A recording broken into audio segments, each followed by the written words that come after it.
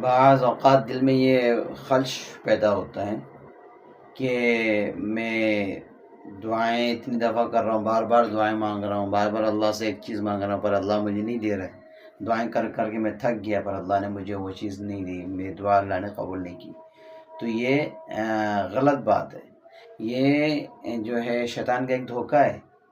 ایسا نہیں ہوتا، انسان جب دعا کرتا ہے تو اس کی دعا ضرور قبول ہوتی ہے۔ دعا قبول ہونے کے دو طریقے ہیں، دو معنوی طریقے ہیں، جیسے بزرگوں نے لکھا ہے، بزرگوں نے فرمایا ہے۔ ایک بات تو یہ کہ جب انسان دعا کرتا ہے تو دعا خود ایک عبادت ہے، ایک معنی یہ ہے، جیسا کہ قرآن کا آیت ہے ادعونی استجب لکم، کہ مجھ سے مانگو میں قبول کروں گا۔